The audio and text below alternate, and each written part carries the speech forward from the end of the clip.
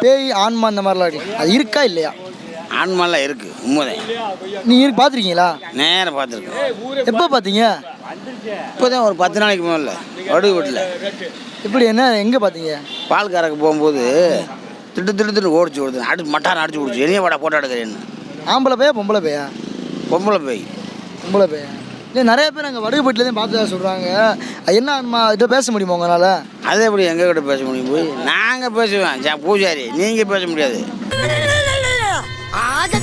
போடி ஆத்தா, நாங்க உன்ன மாதிரி கொண்ட பைய பார்த்தவங்க.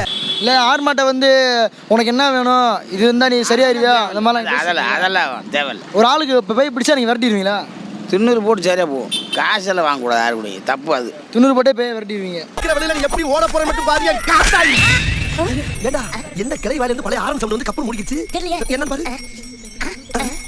என்னடா கிளை